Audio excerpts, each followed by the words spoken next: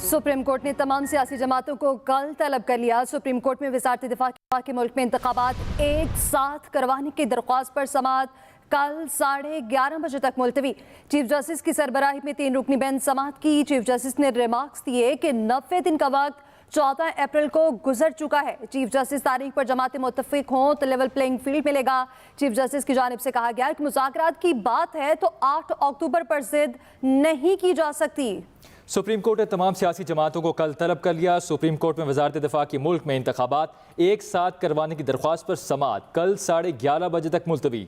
Chief justice की सरबराही में 3 रुकनी bench ने समाअत की। चीफ जस्टिस ने रिमार्क्स दिए कि 90 दिन का वक्त 14 अप्रैल को गुजर चुका है। तारीख पर जमातें मुतमईन हों तो लेवल प्लेइंग फील्ड मिलेगा। मुज़ाकरात की बात है तो 8 अक्टूबर पर जिद नहीं की जा सकती।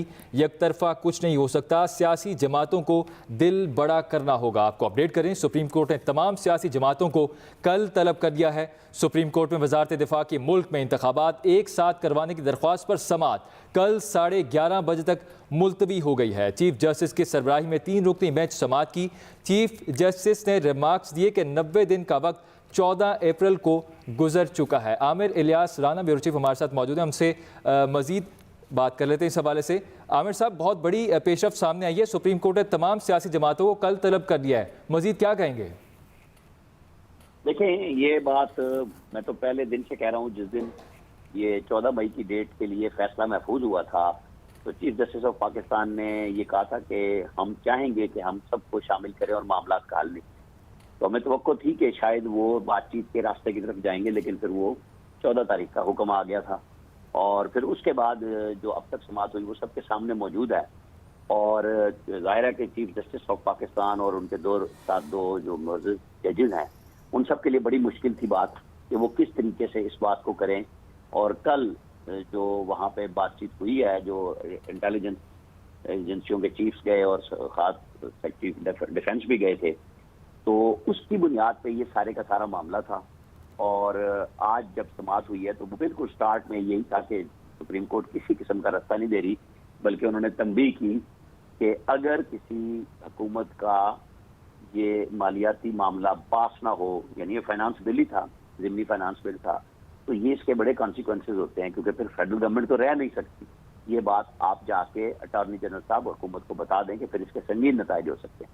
लेकिन अगले मरहले में जब ये बातचीत हुई, जो पेशकश हुई है कि वो तमाम सियासी जमातों को नोटिस करने का चीफ जस्टिस ने कहा कि हम सब कुछ सबसे बात करते हैं, तमाम सियासी जमातों को दिल भी बड़ा करना पड़ेगा और उस पर फिर 8 अक्टूबर की डेट पे स्ट्रिक्ट नहीं रहना पड़ेगा, बल्कि यकीनन वही बात होगी जो पहले सब लोग कह रहे थे कि अगर रास्ता बनेगा तो नेशनल जनरल इलेक्शन हो सकता है और उसकी डेट्स आगे पीछे हो सकती हैं। क्योंकि बहुत सारे लोगों का ख्याल यही है कि ये 8 अक्टूबर की डेट पे बड़ी बात हुई है कि चूंकि चीफ जस्टिस ऑफ पाकिस्तान ने सितंबर में रिटायर हो जाना है और नए चीफ जस्टिस आ चुके होंगे, और ये कहा गया पीटीआई की तरफ से कि ये डेट 8 अक्टूबर की इलेक्शन कमीशन ने इसी वजह से दी। लेकिन अब वो तमाम डिफेंस के जो लोग थे उन्होंने ब्रीफिंग भी दे दी कि लॉ एंड ऑर्डर की सिचुएशन क्या है।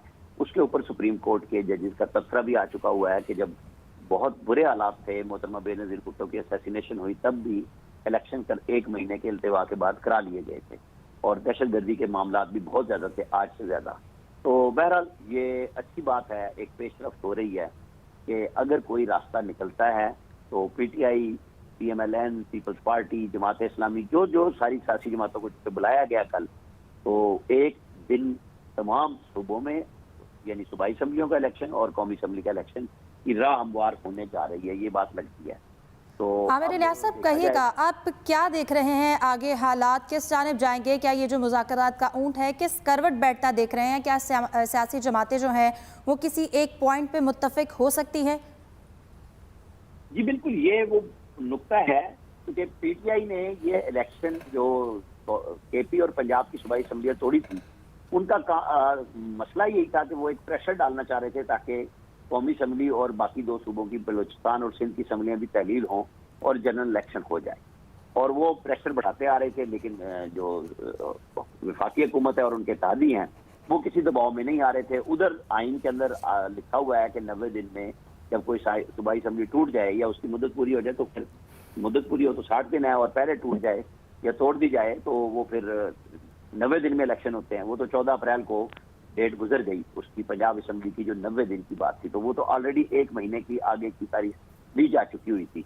अब उसके अंदर मजीद कितना आगे जा सकते हैं, ये कल जब मुख्तलिफ सियासी जमातें आएंगी, जाहिर है जो हुकूमती इत्तेहाद है वो कल भी बैठे थे, हो सकता है प्राइम मिनिस्टर आज शाम को या कल सुबह, चूंकि 11:30 मीटिंग है तो उससे पहले अपने तमाम इत्तेहादियों को बुला लें कि जिन लोगों को नामजद करके भेजना है, या उन जमातों की तरफ से अपने वकला को ही भेज दें, चंद लीडर चले जाएं और वही बात करें। जैसे फारूक नाइक तमाम जमातों की तरफ से जवाब दे चुके हुए हैं, और सेनेटर कामरान मुर्तजा हैं जो JUI के हैं, और वफाकी हुकूमत की तरफ से अटॉर्नी जनरल बात कर सकते हैं। लेकिन ये सारे उधर होंगे, उधर से फैसल फरीद जो PTI के वकील थे उन्होंने भी ये बात कही कि जी यहाँ तो राना सनाउल्लाह हर घंटे बाद धमकियां देते हैं कि जो मर्जी हो जाए 14 मई को इलेक्शन नहीं होंगे। तो उन्होंने भी अंगेख करने की अदालत को पूरी कोशिश की ताकि राना सनाउल्लाह के बारे में जो बात उन्होंने कही है तो कोई ऐसा रिमार्क्स मिल जाए, उन्हें कोई फिक्रा मिल जाए जिसको वो सियासी तौर पे कैच करा सकें। लेकिन बिल्कुल आमिर साहब, आज भी जब ये कहा जा रहा था कि मुज़ाकरात को लेके तमाम सियासी जमातें जो हैं उनको मिलकर बैठना चाहिए, अटॉर्नी जनरल की जानिब से जब कहा गया तो PTI के वकील जब रोस्टरम पर आए तब भी उन्होंने यही खदशा जाहिर किया कि एक जानिब हुकूमत कहती है कि हम मुज़ाकरात को लेकर संजीदा है, दूसरी जानिब जब सिराजुल हक इमरान खान के पास जमान पर पहुंचे तो सिंध से अली जैदी को गिरफ्तार कर लिया गया, तो ये लेवल प्लेइंग फील्ड हमें मिल नहीं रही है। जी बिल्कुल, अब वो यही बात हो रही है कि सुप्रीम कोर्ट बहुत ज्यादा सियासी मामलात के अंदर जब इंडल्ज होती है तो फिर सारे लोग उनके ऊपर तनकीद करना शुरू कर देते हैं, बोलना शुरू कर देते हैं जजेस पे, कि जब उस वक्त PTI की हुकूमत थी और PMLN पीपल्स पार्टी के तमाम लोग पकड़े जा रहे थे, 90 दिन का रिमांड नैब का होता था, 2-2 साल जमानतें नहीं हो रही थी, तो उस वक्त भी यही अदालतें मौजूद थी और वो केसेस इस तरह ही चलते थे, जबकि अब तो हर दूसरे दिन जमानत हो जाती है।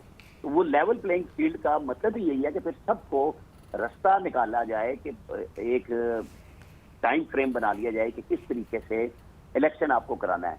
तो वो जब चीफ जस्टिस ये कहते हैं कि 8 अक्टूबर पे आप जिद न करें बल्कि सबको मौका दे के हम बनाएंगे, और वो कह रहे हैं कि कल नोटिस करते हैं और ईद के बाद हम इसकी समाअत करेंगे, तो यकीनन ये बात है कि फिर अगली 2-3 समातों में फिर नई तारीख की तरफ कोई मुत्तफिका फैसले की जानिब जाएंगे कि अगर वो कल कह दें कि आप ईद की छुट्टियों में बैठे और फिर हम ईद के बाद केस सुनते हैं, आप सब लोग मिल लें, तो जमात इस्लामी की चूंकि ईद के बाद वो ऑल पार्टीज कॉन्फ्रेंस भी है, वो भी एक रास्ता बन सकता है। और हम ये पहले कह रहे थे कि अगर वो होगा तो निकलना तो वो सुप्रीम कोर्ट से रास्ता है, अदरवाइज तो गपशप ही है। तो अब सुप्रीम कोर्ट ने चूंकि जो डिफेंस मिनिस्ट्री की रस्मी और गैर रस्मी दोनों ब्रीफिंग ले ली हैं, उनके इल्म में आ चुका हुआ है कि फिर ये मामला सिर्फ हुक्म से इस तरह कैसे चलेगा, बल्कि इसको वो सियासी जमातों के कायदीन को ला के एक इत्तफाक राय की तरफ बढ़ना चाह रहे हैं। मेरा ख्याल है एक अच्छा रास्ता चीफ जस्टिस ऑफ पाकिस्तान ने और इस बेंच ने बनाया है। अब हम कल देखते हैं कि कल इसके ऊपर वो कैसे पेशरफ करते हैं। अच्छा आमिर साहब, ये भी कहेगा कि सुप्रीम कोर्ट ने तमाम सियासी जमातों के रहनुमाओं को कल तलब भी कर दिया है, नोटिस भी कर दिए, तो लग रहा है कि कल कोई बड़ा ब्रेक थ्रू की तरफ हम जा रहे हैं। देखिए चांस है, क्योंकि जब ये बात हुई है कि तमाम सियासी जमातों को मौका मिलना चाहिए कि अगर एक फैसला कर लें और फिर सूबों में और मरकज में इलेक्शन अलग अलग होने की बजाय इकट्ठे हो जाएं, तो उस पर चीफ जस्टिस ने कहा कि ये बात आपको पहले करनी चाहिए थी। जब वकील शाह खावर ने ये बात कही थी कि अलग अलग इंतखाबात हुए तो कई पेचीदगियां पैदा होंगी, क्योंकि हमारे आइन के अंदर लिखा हुआ है कि जब आम इंतखाबात होंगे तो वहाँ निगरान हुकूमतें होंगी। तो ये बात हर तरफ से हो रही थी कि अगर अब पंजाब और KP में इलेक्शन होते हैं तो वफाकी हुकूमत भी मौजूद होगी जिसका असर दोनों सूबों में होगा, तो फिर किस तरह आप कहेंगे कि वो गैर जानिबदार होगा। और ये इलेक्शन हो जाएंगे और उसके बाद मरकज के इलेक्शन हो और उसमें फिर नीचे 2 सूबों में जहाँ पे मरकज के इलेक्शन भी होने हैं, यानी KP और पंजाब में, वहाँ दूसरी हुकूमतें होंगी, तो वो तो आइन के अंदर कोई रास्ता नहीं है कि उनको फिर हटा के आप निगरान हुकूमतें बना सकते हैं। और यही मसला कल इलेक्शन कमीशन ऑफ पाकिस्तान ने भी, जो उमर हमीद खान उनके सेक्रेटरी ने जवाब दिया था इलेक्शन कमीशन के बिहाफ पे, कि हम भी चाहते हैं कि जो हमें तमाम स्टेक होल्डर्स ने बताया, तो 8 अक्टूबर की डेट हमने इसलिए दी थी कि इंतखाबात एक वक्त में हों। तो अब इस बात पे सारे आगे हैं कि इंतखाबात एक वक्त पर हों, तो यकीनन कल का दिन कुछ थोड़ा सा मजीद ब्रेक थ्रू के लिए रास्ता निकालेगा। हतमी फैसले के साथ ब्रेक थ्रू हम कह सकते हैं कि हाँ जी हो गई, लेकिन एक बरस पिघली है, रास्ता निकलता हुआ नजर आ रहा है। और वो कल जब आएंगे तो वो फिर कुछ और पॉइंट्स तक की तरफ से आएंगे कि किस तरीके से, जाहिर है कि उसमें सिंध हुकूमत जो है वो पीपल्स पार्टी की है, बलूचिस्तान में एक इत्तेहाद रास्ता निकलता हुआ नजर आ रहा है। आमिर इलियास राना, ब्यूरो चीफ इस्लामाबाद हमारे साथ मौजूद है, बहुत शुक्रिया आपके वक्त का। इसके साथ ही न्यूज़ स्टूडियो से फिल वक्त इतना ही। मज़ीद खबरों अपडेट्स